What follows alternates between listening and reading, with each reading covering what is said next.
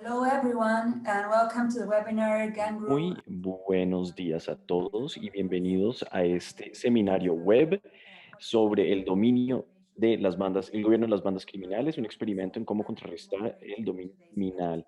Yo estaré encargada de moderar el evento de hoy. Como bien sabrán, este es el primero de una serie de seminarios web sobre el crimen y la violencia en Latinoamérica. Mucho nos complace organizar de manera conjunta este seminario con el Becker Friedman, Instituto Becker Friedman de la Universidad de Chicago y la Universidad de Princeton. Antes de pasar a la presentación principal, presentaré a Micaela Stacci, la organizadora de esta serie de seminarios web, quien dará una introducción a este seminario. Perfect. Thank you so much, Barbara. Hi, everyone. Muchísimas gracias, Very Bárbara. happy to start with this new series Mucho for nos complace empezar esta nueva serie de seminarios crime web and violence in Latin America. sobre el This crimen y la violencia en was Latinoamérica. inspired by discussions that we were having with El colleagues. objetivo de este We seminario know that crime has been es increasing in poor cities in the developing world, conversar sobre el hecho de que el crimen en las ciudades está en aumento y queremos aprovechar esta oportunidad para mejorar nuestra comprensión de este fenómeno.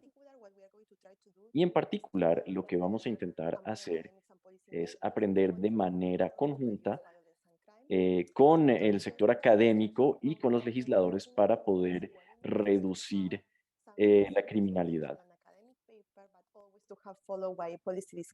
La idea es presentar documentos académicos, pero también utilizarlos como punto de partida para tener, entablar conversaciones productivas y académicas y crear espacios para poder proporcionarle líneas de orientación a los legisladores.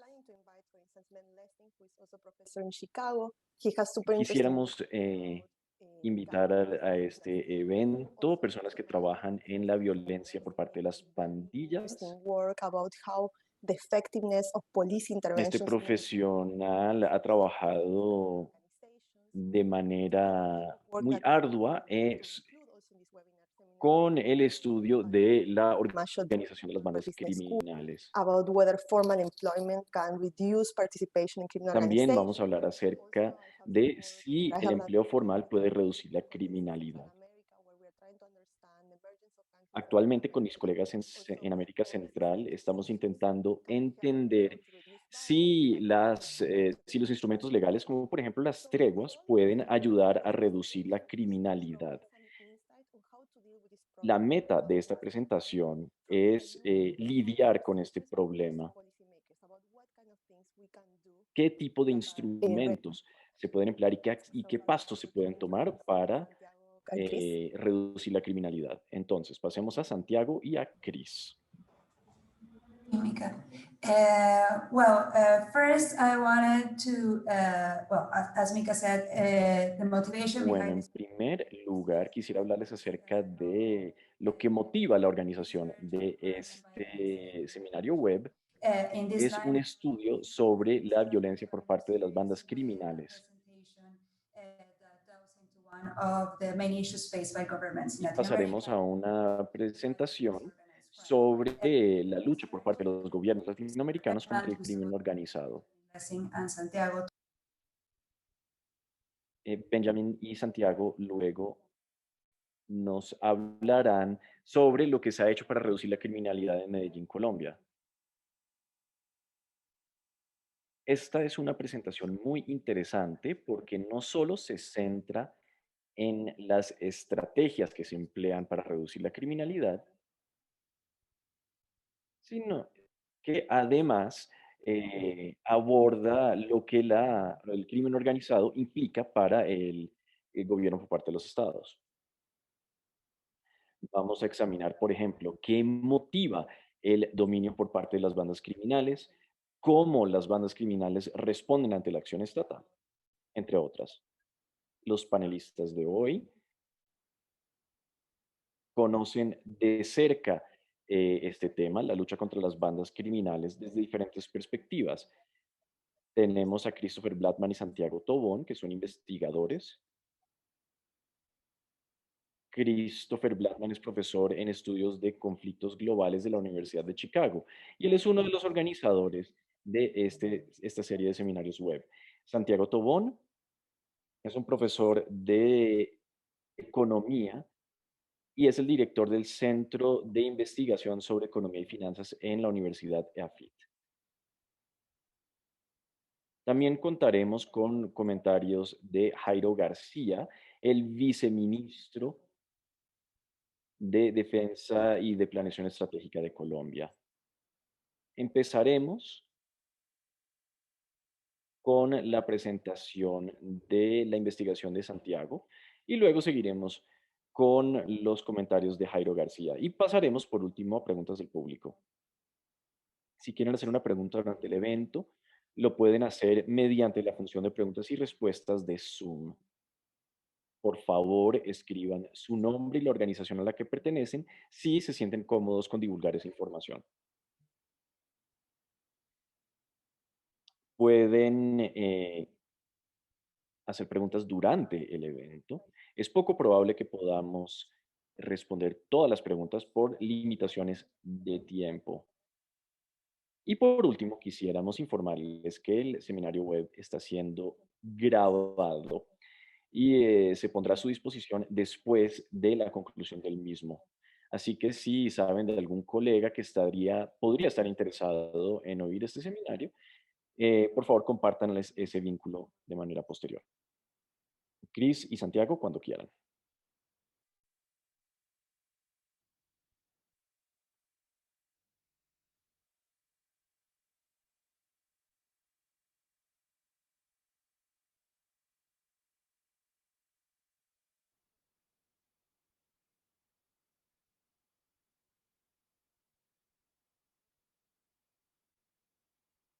Pueden ver mis diapositivas, ¿cierto?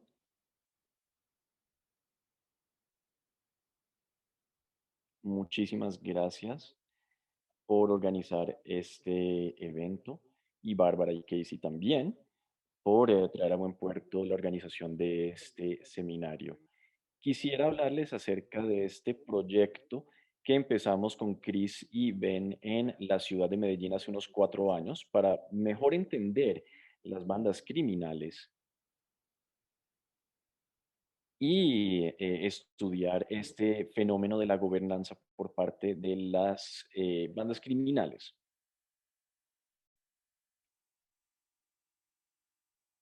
Y el objetivo es entender estos fenómenos para poder formular políticas más adecuadas para responder a este fenómeno. Quisiéramos saber cómo y por qué las bandas criminales terminan gobernando. La idea es entender cómo las bandas empiezan a proporcionar ciertos servicios cuasi estatales, como la resolución de conflictos, por ejemplo. A veces estos son servicios privados, pero en todo caso empiezan a proporcionar servicios que normalmente se asignan o son la responsabilidad del Estado. En la ciudad de Medellín, eh, la ciudad de Medellín se conoce por su historia de violencia de bandas criminales, aunque actualmente los niveles de violencia criminal están en su punto más bajo en su historia reciente. Y les hablaremos acerca de unos casos muy particulares.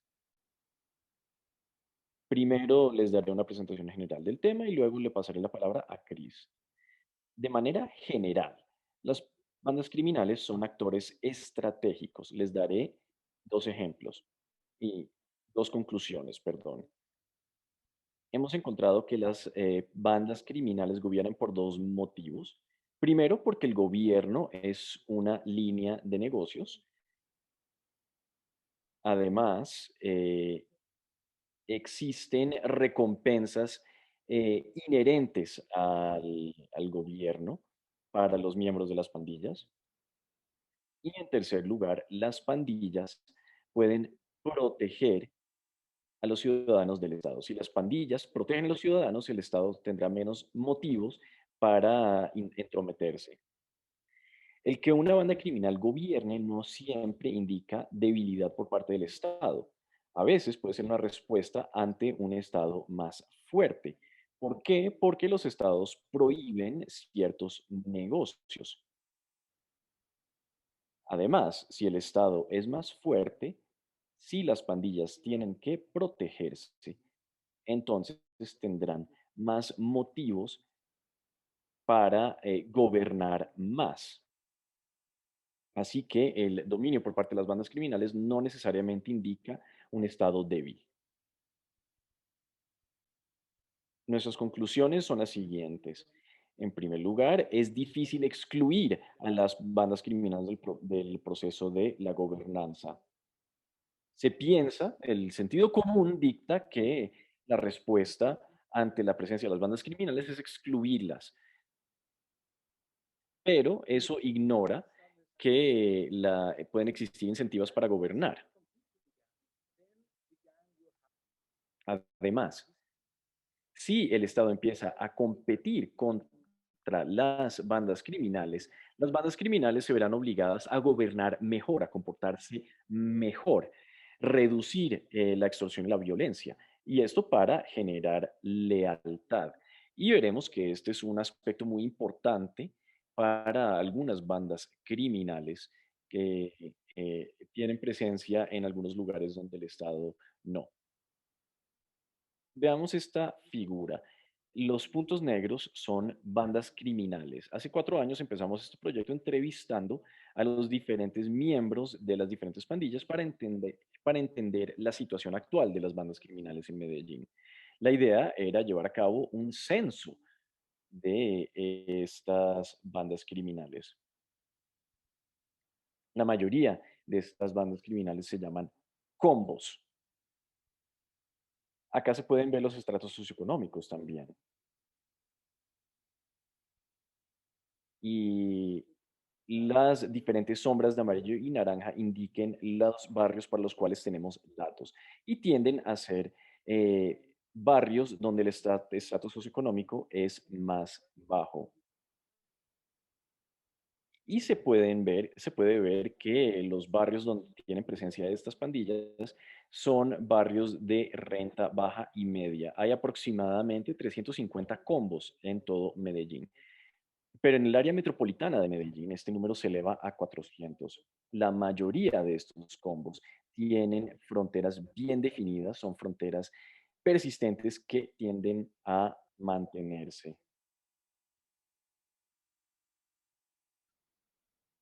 Y acá se puede ver que las bandas criminales venden protección y proporcionan servicios públicos.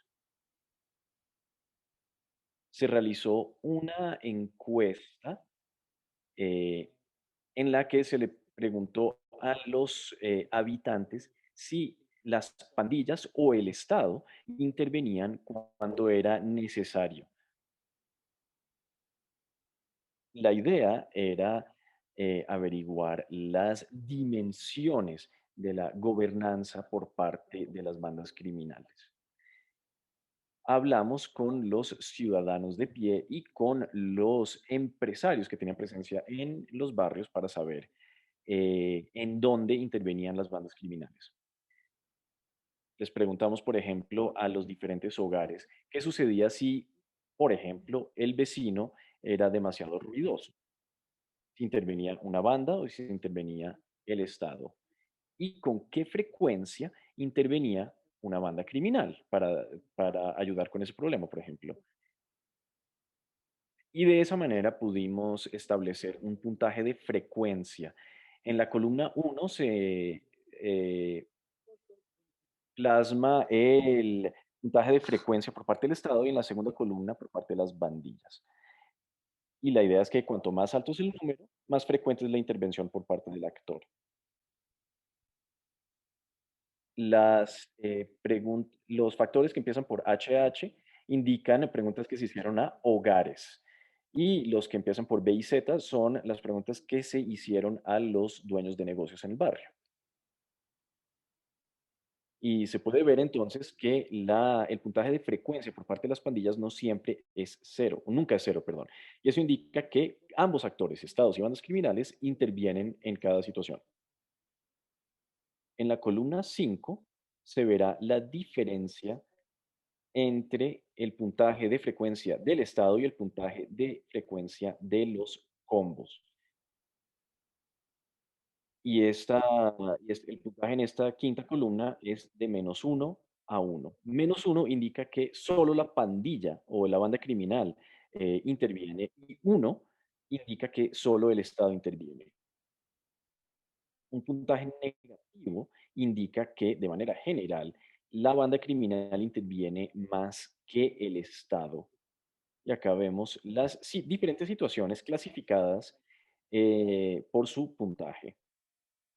Si tomamos el primer ejemplo, que un vecino está siendo demasiado ruidoso, podemos ver que el Estado tiende a intervenir más a menudo y tiende a tener más peso en este tipo de situaciones. En otro tipo de situación, por ejemplo, proporcionar seguridad, ayudar a asegurar que alguien pague una deuda y detener peleas. En este tipo de casos, las bandas criminales intervienen más que los estados en los diferentes barrios de Medellín.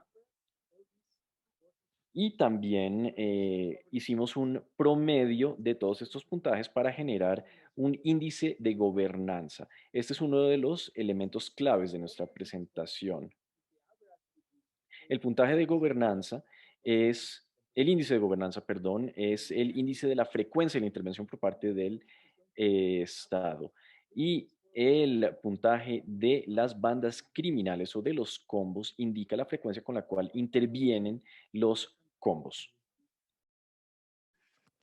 Otra cosa importante acá es que ese índice de gobierno relativo a los ingresos. Entonces es una calificación agregada que va de -1 hasta 1. -1 entonces es que solo el Estado lo apoya, o 0 es que solo están las pandillas, o +1 es que solo el Estado lo apoya. Eso va entonces a medir la frecuencia que el Estado interviene versus las pandillas criminales.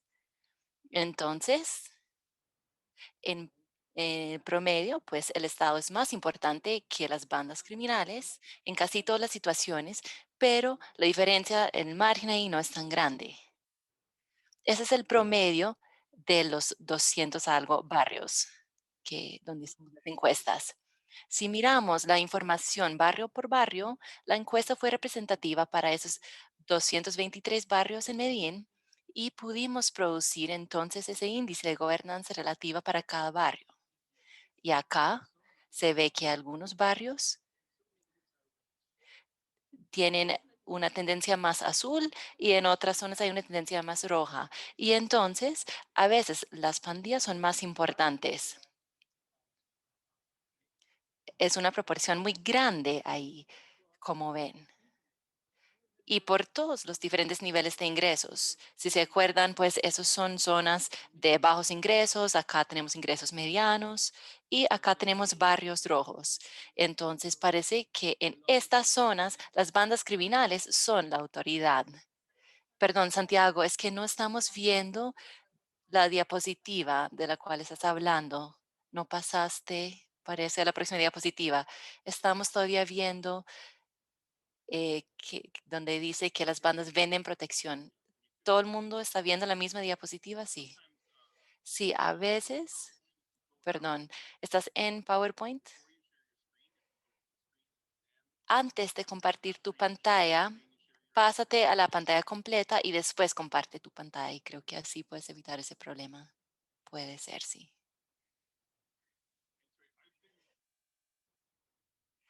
Mientras tanto, yo estaba contestando algunas preguntas en el chat, pero me acabo de dar cuenta que hay un botón para preguntas y respuestas Q y A, por sus siglas en inglés. Entonces, qué pena con ustedes no usar esa función de preguntas y respuestas.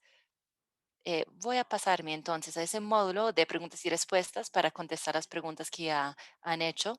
Después Santiago lo va a hacer y al final de la sesión vamos a recibir más preguntas. Por favor, sigue, Santiago. Ahora sí están viendo el mapa, ¿no? Intenta avanzar una diapositiva más. Sí, perfecta. Ok, gracias.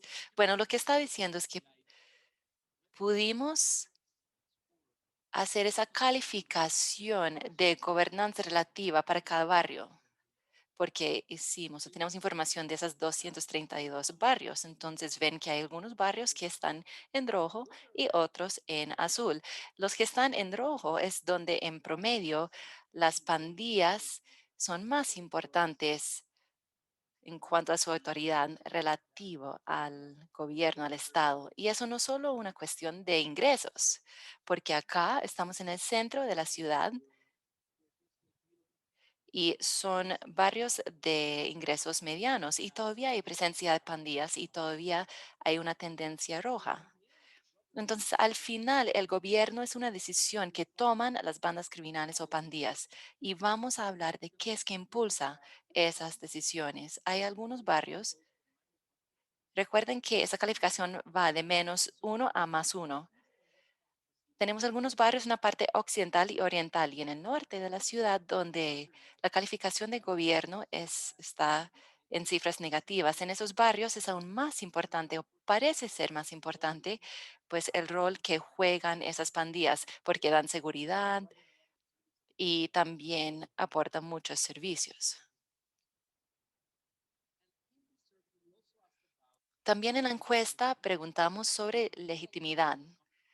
eh, es un concepto un poco complejo, pero básicamente les preguntamos a los habitantes de la ciudad si confiaban en las bandas criminales y pues usamos esa información para producir ese índice de legitimidad.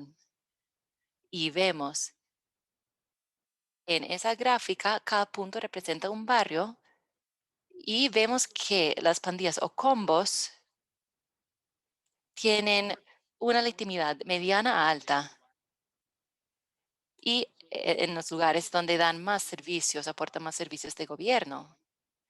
Y los barrios que están más a la derecha y la izquierda y la parte superior del diagrama de dispersión es donde las pandillas sí son la autoridad y también responden problemas de gobierno, pero también los residentes o habitantes de esas zonas sienten que las pandillas tienen la autoridad de hacer eso.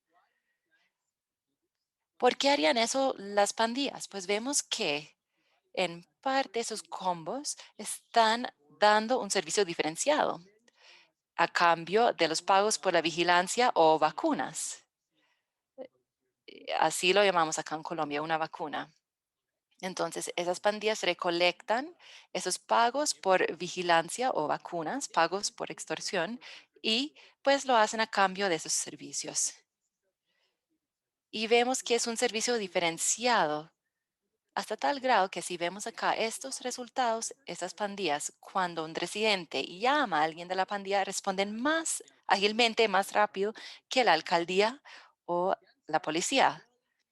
Las bandas criminales son más fáciles de contactar que integrantes de esas instituciones oficiales y a la derecha pueden ver que aunque menos personas creen que estarían pues mejor sin la policía o sin la alcaldía, 21 y 15% respectivamente, tampoco es la mayoría que cree que pues estaría mejor sin las pandillas. Entonces la mayoría de la gente cree que están mejor con la presencia de las pandillas, ¿no?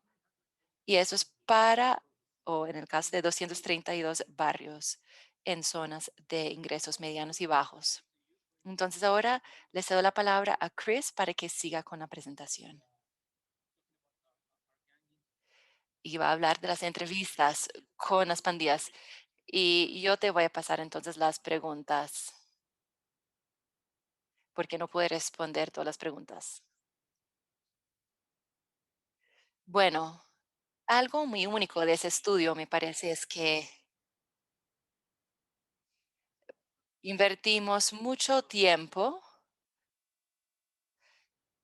en hacer este proyecto. Inicialmente no tuvimos nada de éxito, tuvimos que pues construir contactos, hablar con gente de manera anónima y segura, proteger sus identidades, pero también de una manera que nos ayudara o permitiera avanzar con la política pública y encontrar ese camino medio, pues es todo un cuento, pero el resultado es el siguiente. tenemos 30 organizaciones y por ahí 60 a 70 miembros y líderes de organizaciones quienes hablaron con nosotros de 30 combos diferentes. Algunos de esos miembros de las pandillas vienen de organizaciones más importantes, etcétera. Pero hablábamos con ellos sobre por qué gobiernan. Y un tema que surgió de ahí fue la idea de protección contra el Estado.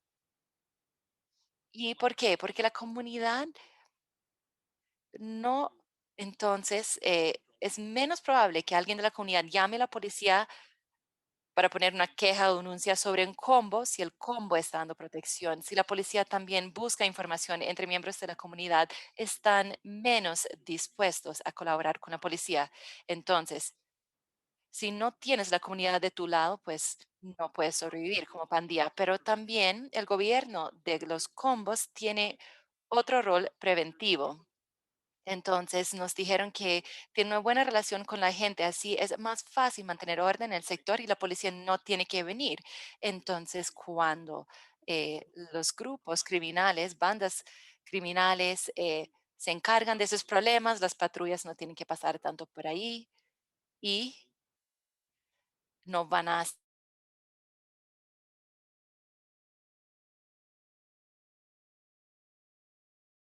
tiene que huir por una presencia estandarizada de la policía y también la policía tiende a pedir sobornos de esos grupos ilícitos. Entonces, hay ese motivo de lealtad y prevención de actividad policial. También reportan muchos beneficios intrínsecos, por ejemplo, estatus, la parte moral y también una visión de cómo debe estar ordenada la sociedad. Y tienen una trayectoria de luchar contra la milicia urbana que están a la izquierda. Entonces, se ven como los líderes o los encargados de controlar ese aspecto moral. En Chicago, en Medellín, pues todo el mundo se tiene que levantar y se tiene que decir, yo soy una buena persona, ¿no? Eso nos motiva a levantarnos. Entonces, con cierta legitimidad en sus barrios, dicen, por ejemplo, que trabajar con la banda criminal se siente bien, pero también recibimos un beneficio porque los vecinos nos cuidan. O siempre he tratado bien a la comunidad, entonces nadie podría decir que yo le hice algo malo. Entonces hay un motivo altruístico ahí y real que motiva algunas de sus acciones. Entonces es un negocio, obviamente, eso es lo más importante y se tiene que proteger, pero también se preocupan por sus comunidades. Si les interesan los detalles, pues voy a hablar en mi alto nivel sobre el marco teórico y el modelo que utilizamos, pero si les interesa, pues profundizar un poco en los detalles, los invitaría a leer el artículo que publicamos. Les voy a dar solo una idea general de qué hicimos y cómo intentamos hacer un estimado del impacto de la presencia del Estado y tenemos un artículo con todos los detalles que les podrían interesar. Pero bueno, ¿qué hicimos con el modelo? Fue lo siguiente. Tomamos esa idea del monopolio de la organización industrial, donde hay agentes que venden el gobierno. No hay un monopolio de gobierno, que es lo que pues gozan muchos estados. Por lo general, la organización industrial nos dice que la razón por eso es porque entonces hay un menor costo en cuanto a la provisión de ese servicio. Y entonces, yo creo que debemos seguir esa sabiduría convencional. Entonces, hay ganancias cuando hay debilidades estatales y eso va muy alineado con esos modelos tradicionales. Pero cuando tenemos en cuenta estas otras consideraciones, cuando miramos la parte formal, no es solo posible que no haya tanta exclusión, pero si valoras esa lealtad y protección y los beneficios intrínsecos suficientemente y si los ciudadanos te premian con lealtad, entonces eso te vuelve más dominante como proveedor del servicio o del gobierno en este caso. Y eso se puede invertir. Y cuando el gobierno intenta excluir la pandilla, pues hay ya incentivos intrínsecos y estratégicos ahí. Entonces, esa es una cuestión empírica, esa cuestión de si los gobiernos pueden excluir los grupos criminales o no. pero eso de pronto nos da pie para reflexionar sobre lo que podría dominar en otras ciudades. ¿Cómo lo vamos a hacer? Entonces, Santiago, si podrías pasarte a la próxima diapositiva, por favor. Acá tenemos otro mapa de Medellín y ahora los puntos que están viendo ahí no representan combos, sino bloques o las cuadras donde hicimos encuestas. De pronto decimos 5 o 6 encuestas en cada manzana o cuadra con pues personas naturales y con negocios. Esos en barrios de ingresos medianos y bajos. Y esas líneas negras representan fronteras internas, que separan entonces la ciudad en 16 comunas. Esas fronteras se implementaron no al momento de abrir la ciudad, de establecer la ciudad, sino a finales de los años 80. Entonces, los puntos en gris y rojo indican la proximidad a esas fronteras nuevas que donde establecieron esas fronteras. Los puntos rojos representan que están 200, en un radio de 200 metros de fronteras. Bueno, ¿cuáles son los servicios que hay a nivel de la comuna? No necesariamente son clínicas y colegios, pero las patrullas policiales se organizan dentro de las comunas, los programas policiales se organizan también a nivel de la comuna y hay otros servicios municipales, por ejemplo, servicios familiares y también servicios de resolución de disputas en lo que llaman las casas de resolución o de disputa. Entonces, si miran la parte inferior derecha del mapa y se fijan en esa frontera en la mitad, pueden ver una serie de comunidades que están muy, muy cercanas.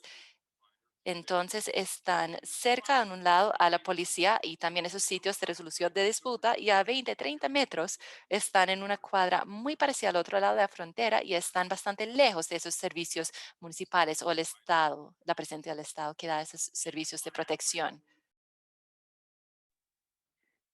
Y cuando se cruza la frontera entre dos comunidades aledañas, tan solo 50 metros, por ejemplo, lo que sucede es que una de esas cuadras está a una distancia de 1 kilómetro más de los servicios estatales. Así que con cruzar una frontera se aleja significativamente de los servicios estatales. Y lo que buscamos hacer es cómo esto afecta la gobernanza por parte del Estado. Así que pensamos que quizás si se llegaba a una región donde la cercanía a los servicios estatales era más cercana, entonces la presencia de los combos disminuiría. Pero si vemos la media, cuando se aleja de los servicios estatales por 1 kilómetro, o por medio kilómetro, mejor dicho, entonces se aumenta la gobernanza por parte de los combos en un 23%. Esto está en línea con lo que anticipamos, pero también aumenta el dominio por parte de los combos,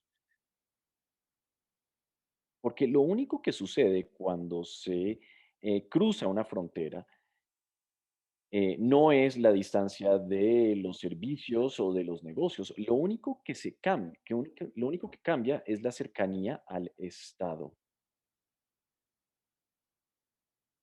Esta reorganización del área urbana implicó una mayor presencia de los combos que proporcionan servicios de protección.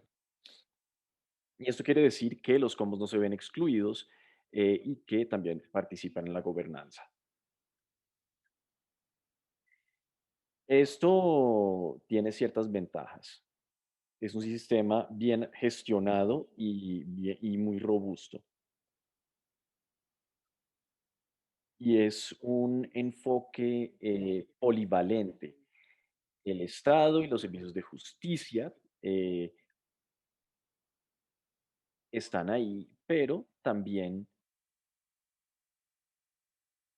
lo que implica este fenómeno es que jamás se tiene plena confianza en los diferentes servicios estatales.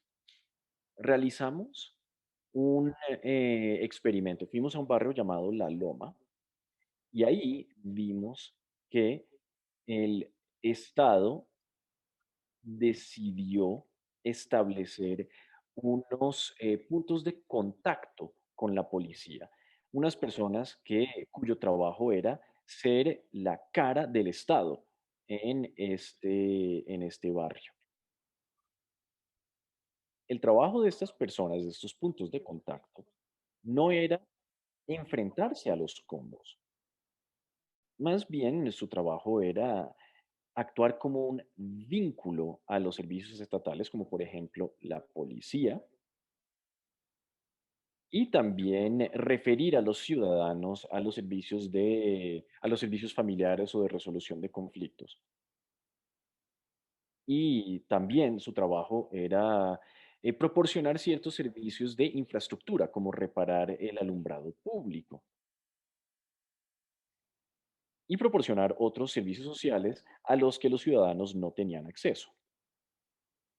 Siguiente diapositiva, por favor.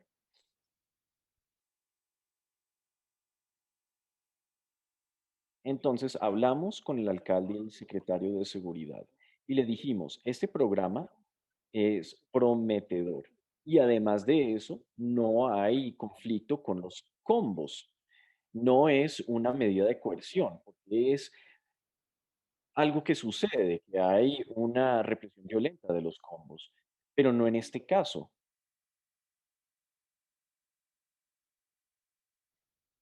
Entonces, lo que sugerimos fue aumentar el alcance de este tipo de programas, de puntos de contacto con el Estado.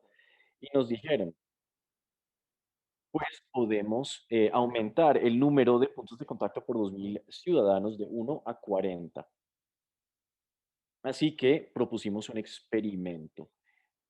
Propusimos que se tomaran ciertos barrios donde había presencia de los combos y luego aumentamos en esos barrios la presencia de los puntos de contacto en toda la ciudad.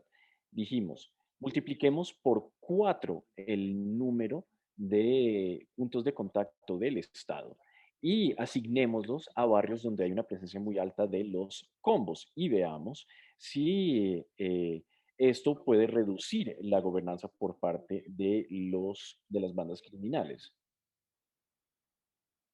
Y una vez más, estos puntos de contacto sirven para proporcionar ciertos servicios sociales de base, como determinar quién va a limpiar los desechos de una mascota o la basura, mediante referimientos a los municipios o a las autoridades pertinentes, para que los ciudadanos sepan a quién acudir si tienen un problema y para darle una cara al Estado. No se aumentó la presencia de la policía en estos barrios, simplemente se le mostró a la ciudadanía que ellos podían acudir a ese tipo de servicios. En estos barrios se establecieron también unas ferias de 3 días en las que los servicios estatales llegan y presentan los servicios que ofrecen. Y hay comida, y hay globos, y es como una especie de fiesta. Y en muchos de estos barrios, los ciudadanos jamás habían visto a un representante del Estado, mucho menos una feria de este estilo. Y esto servía para decirles a los ciudadanos, este es el Estado, esto es lo que hacemos y así es como lo hacemos. Es un programa prometedor, porque por primera vez se le dijo a los ciudadanos, aquí estamos y estamos aquí para resolver problemas. ¿Y qué sucedió? Pues lo contrario de lo que esperábamos. La gobernanza estatal se redujo de manera relativa, en parte porque los ciudadanos dijeron que el Estado responde menos frecuentemente y los combos responden más a menudo. Así que podemos extraer unas cuantas lecciones de esto. Tras 2 años de un programa de intervención estatal, perdón, no se terminaron excluyendo los combos. ¿Por qué? Los hallazgos son consistentes con lo que se aprendió al principio de la gobernanza por parte de las bandas criminales. Los ciudadanos eh, cambian de opinión difícilmente, sobre todo en un periodo de 2 años. Siguiente diapositiva, por favor. En nuestro artículo intentamos proporcionar explicaciones para este fenómeno y resumiré dos. En primer lugar, hay evidencia para indicar que los combos respondieron ante estos programas de manera estratégica, al menos a corto plazo. Es muy difícil aumentar la visibilidad de la presencia estatal y es posible que al aumentar la presencia de los puntos de contacto no se genere más visibilidad para estos servicios estatales. Pero también lo que pudimos ver es que si se produce este tipo de respuesta, más visibilidad por parte del Estado, los combos responderán de manera estratégica. Lo que termina sucediendo no es que hay más gobernanza por parte del Estado por parte de los combos. Más bien lo que sucede es que aumenta la buena gobernanza en ciertos barrios. Siguiente diapositiva, por favor. Estas son las conclusiones y las implicaciones para la legislación. De manera general, las vacunas no son la razón principal que motiva a los combos que quieren gobernar. El 25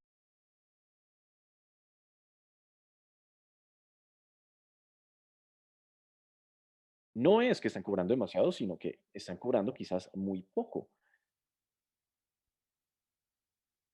Y esta motivación, la renta, es menos importante que las externalidades para las otras líneas de negocio de los combos.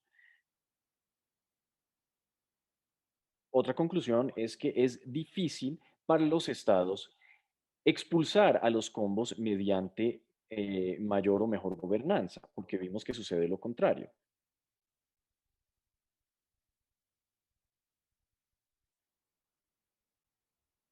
No se puede conseguir esta meta simplemente mediante el establecimiento de un competidor a la gobernanza por parte de los combos.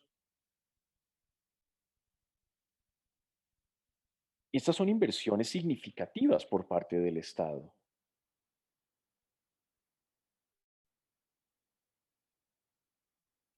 No es tan sencillo como aumentar la presencia estatal para erradicar la presencia de los combos. ¿Y esto qué implica para el gobierno de Medellín? Siguiente diapositiva, por favor.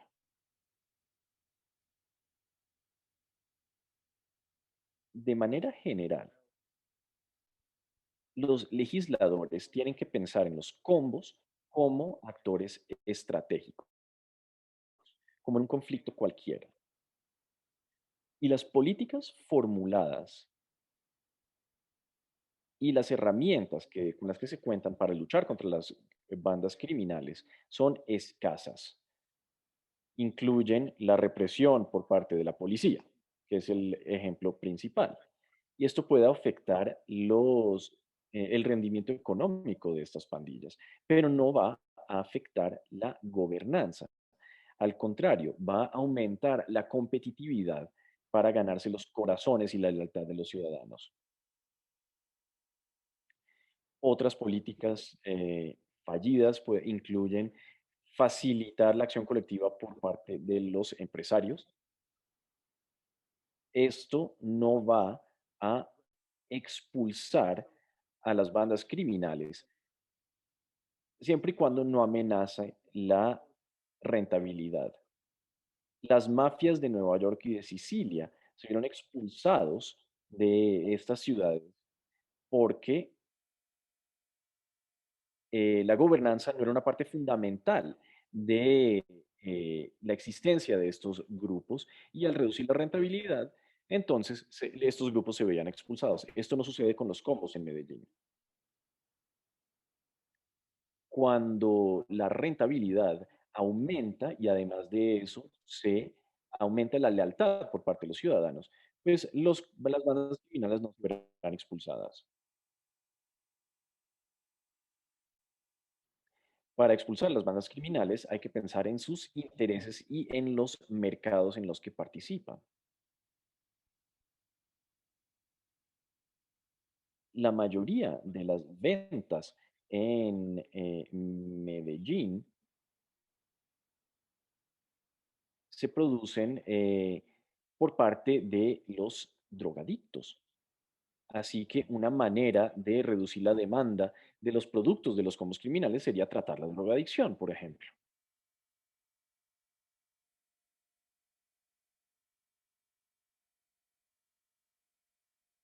Así que las bandas criminales pueden gobernar menos si hay menos incentivas económicas, si hay menos rentabilidad. Esa es una manera de reducir la presencia de estas bandas criminales.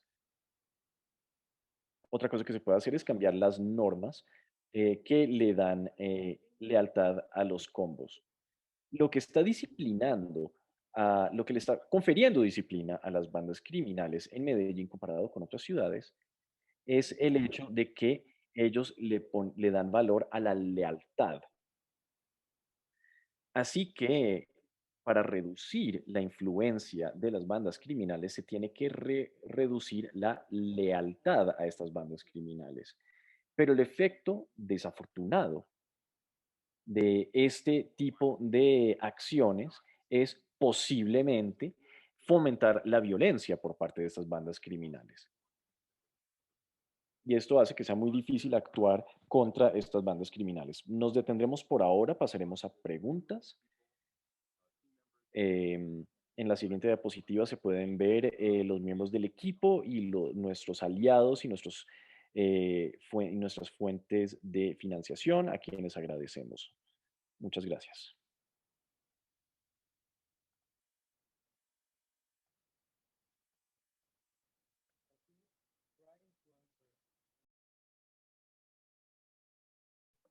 He estado intentando contestar muchas preguntas, pero obviamente todavía hay varias preguntas pendientes. Bárbara, ¿cómo te gustaría seguir? Tenemos el viceministro que creo que se acaba de conectar. Muchísimas gracias a los dos. Mm, Viceministro, ¿me está escuchando? Vamos a empezar con sus comentarios entonces.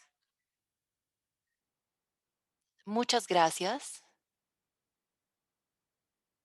Buenos días a todos. Qué pena con ustedes llegar tan tarde. Justo estaba en una reunión con el ministro y con Claudia López, la alcaldesa de Bogotá. Primero les quiero agradecer esa invitación y me gustaría decir que el trabajo que hemos estado haciendo con Santiago durante los últimos años y esa conversación técnica,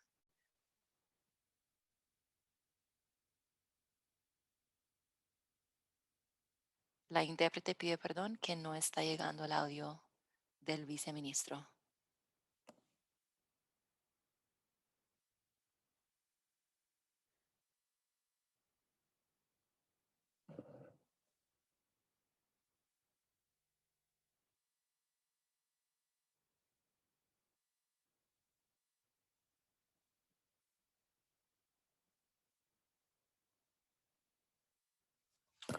Y política pública, pues ha sido muy importante para hablar de la seguridad pública. Y me parece que eso ha estado funcionando bastante bien, ese proyecto, para entender qué está pasando en los territorios. Creemos firmemente en la acción basada en evidencia. Perdón. Y el artículo, el estudio que presentaron hoy, eh, pues demuestra la importancia de eso desde el punto de vista también social. Queremos seguir alentando a las universidades a que trabajemos juntos y cuando se piensa en lo que hemos estado haciendo en Bogotá y en Colombia, de hecho, hoy estuvimos presentando un enfoque nuevo, eh, tener mejor movilidad para la policía, entender los puntos calientes, entender cómo el crimen se moviliza por la ciudad, entender cómo las bandas criminales y las pandillas funcionan en los territorios. Entonces, yo creo que lo que han estado haciendo realmente nos va a ayudar a obtener mejores resultados y creo que tenemos que abrir nuevas conversaciones sobre esos resultados y tenemos que tener enfoques más ágiles y mejores para entender qué está pasando en los territorios. Entonces, lo que quiero decir, Santiago, es que tenemos o tienen que ser más ágiles, más rápidos en publicar los resultados de sus estudios. Tenemos que ser mejores, tenemos que ser más ágiles en generar un impacto con esa investigación. Necesitamos esos resultados y ya no tenemos tiempo. La gente en los territorios, en las ciudades, en zonas rurales, pues todos se quieren sentir seguros y estoy completamente convencido de que el trabajo que han estado haciendo se puede aplicar en la política pública y que podemos trabajar juntos para obtener mejores resultados. Entonces, estamos muy abiertos a tener esa conversación y a seguir trabajando juntos con la Policía Nacional de Colombia, con el ministro de Defensa de Colombia. Sabemos que eso es un trabajo muy importante y apoyamos 100% lo que han estado haciendo. Muchísimas gracias, Yes. Jairo, por sus palabras. Chris, de pronto puedes complementar lo que acabas de decir.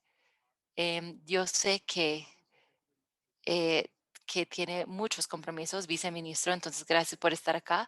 Estoy de acuerdo con los comentarios. A veces la gente que trabaja en el sector académico toma su tiempo, no es tan ágil, pero también me parece que el estudio fue bastante más complejo de lo que nos había parecido al principio, entonces eso fue un reto, pero me da mucho gusto escuchar los comentarios positivos y vamos a estar compartiéndoles la investigación para que puedan ir pensando en cómo ese enfoque, abordaje podría funcionar en otros lugares y para que forme parte, que informe también la conversación de política pública. Muchas gracias.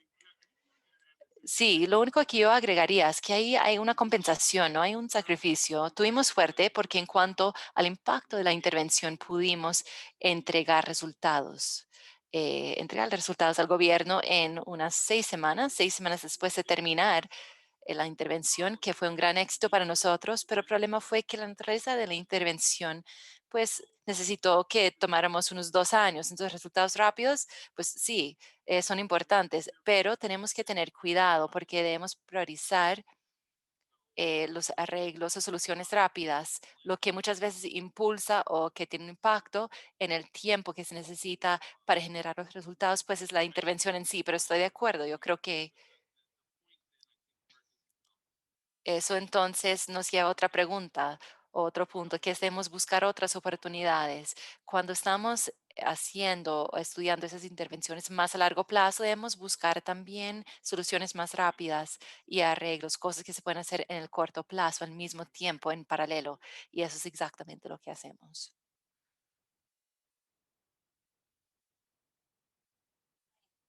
Excelente.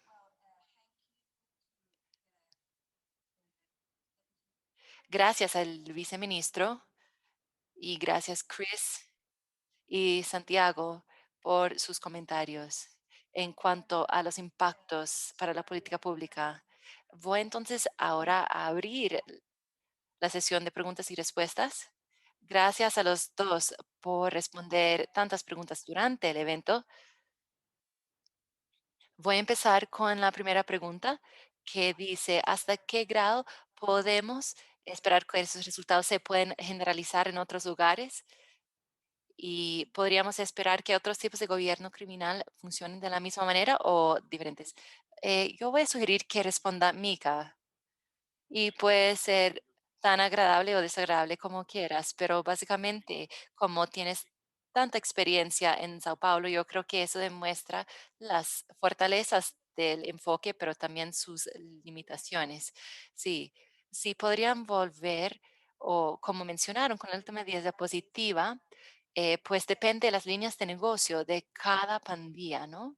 Hay una compensación podemos intentar entonces aumentar la capacidad estatal, pero entonces amenazamos la línea de negocio de la pandilla y pueden pasar a trabajar más en la extorsión. Y eso puede tener consecuencias aún peores, porque en el caso de El Salvador, em, realmente su vertical principal de negocio no tiene que ver con droga, como en el caso de Medellín. Entonces, la consecuencia, eh, entonces, que empeora la situación. En Medellín parece que hay cierta presencia, pero no tiene una presencia tan agresiva como vemos en otras partes de Latinoamérica. En otros casos, yo estoy pensando en San Salvador, donde hay actividades ilícitas y criminales como extorsión, pero hay otras zonas donde esas pandillas trabajan en narcotráfico y yo creo que los resultados son externos a la ubicación. Lo que tomo de la presentación de hoy es que siempre hay esas compensaciones, ¿no?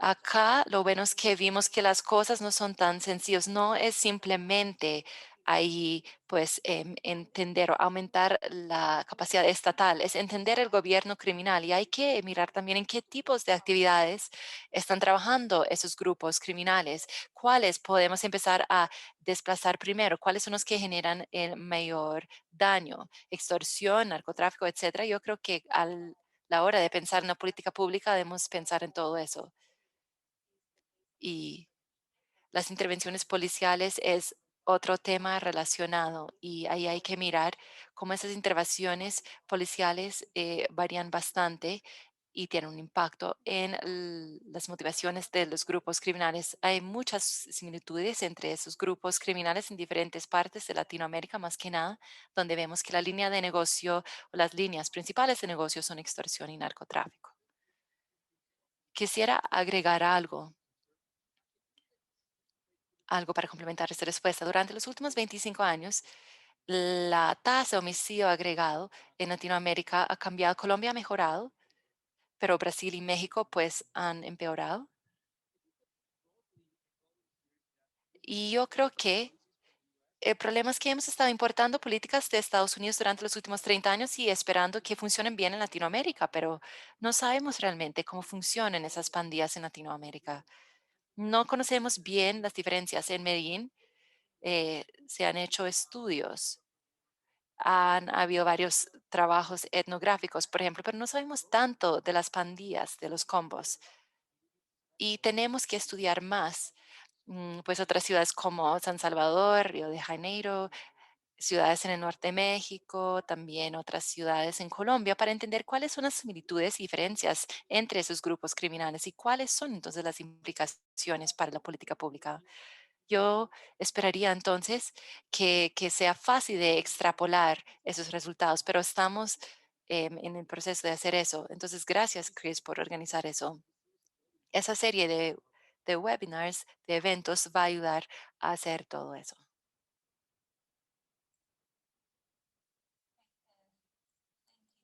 Muchas gracias.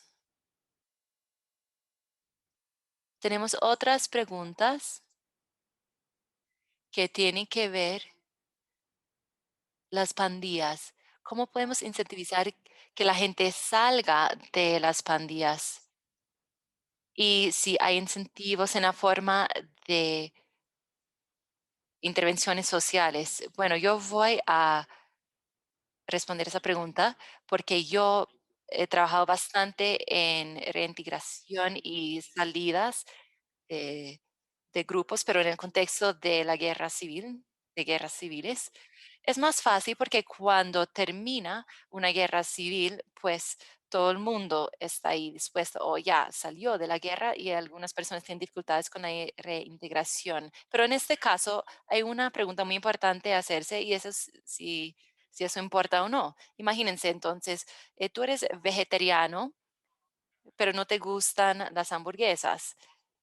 em, y le vamos a ofrecer a esa persona un trabajo en Impossible Burgers, donde venden hamburguesas vegetarianas, pero luego McDonald's va a contratar a otra gente del mercado laboral general, porque tienen ahí una demanda elástica. Yo creo que las pandillas entonces no tienen allí una oferta tan elástica, necesitan personas con ciertas destrezas y conexiones, pero todavía pueden acceder a ciertas personas. Entonces, habría que tener un programa de salida demasiado grande para realmente afectar su oferta de, de integrantes. Es porque hay un mercado tan grande de drogas.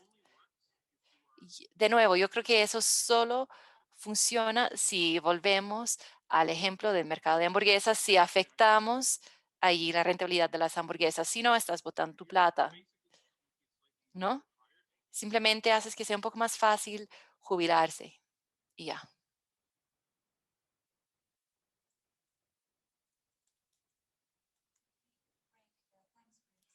Muchas gracias, Chris. Bueno, estamos a tiempo, pero hay una última pregunta, que es cómo otros precios o, perdón, crisis en Latinoamérica, por ejemplo, crisis de migración de Venezuela, ¿cómo han afectado esa dinámica? Bueno, yo creo que es una pregunta difícil de contestar porque sabemos que, pues en el caso de los combos en Medellín, hay personas, integrantes de 12, 13, 14 años que se integran a las pandillas y es un proceso gradual, no es de un día para otro y se valora mucho la confianza. Entonces, no es que salgan las pandillas a la calle a invitar a gente a volverse parte, unirse a los grupos criminales. En cuanto a obligar a alguien a ser parte de la pandilla no es tan frecuente, a veces sí pasa, pero si buscas que alguien de 12, 13 años forme parte del grupo, pues no tiene obviamente la habilidad de analizar tanto la situación, pero también tiene que confiar en las personas que ya están en la pandilla. Entonces, sí, había un proceso de migración grande de personas venezolanas a Colombia, pero no hemos visto en el corto plazo un cambio en las dinámicas de los combos de Medellín. Tiene que confiar en la gente que invite a formar parte de las pandillas. Y en la mayoría de los casos, los integrantes de las pandillas son del mismo barrio. Entonces, es un mercado laboral limitado. Y tenemos otro estudio que estamos haciendo, que estamos intentando entender las dinámicas de las pandillas, pero todavía no podemos contestar esa pregunta de la migración y su impacto en las dinámicas. Para complementar lo que acaba de decir Santiago, lo estamos viendo en San Salvador. El reclutamiento es muy local, son pues personas que han conocido toda la vida, entonces no suelen invitar a personas de fuera del barrio para que formen parte de los grupos. Y yo creo que ese es un patrón que se ve no solo en organizaciones criminales, sino que también lo vi en Perú con el narcotráfico. Para uno entrar en esa organización, tienes que conocer a alguien, tienes que construir confianza, tienes que ser de la misma comunidad local. Los líderes de las organizaciones te tienen que conocer. Esas pandillas están tan, pues, incrustadas o establecidas y siguen reclutando niños del colegio y de otras ubicaciones locales. Gracias. Gracias, Santiago, Chris y Jairo, por su participación hoy. No tenemos más tiempo. Desafortunadamente se nos acabó el tiempo. Me gustaría darle las gracias a todos que se conectaron y por su participación tan activa a través de las preguntas y comentarios. Y esperamos verlos pronto en otros eventos de la serie. Que tengan un feliz día. Muchísimas gracias a todos.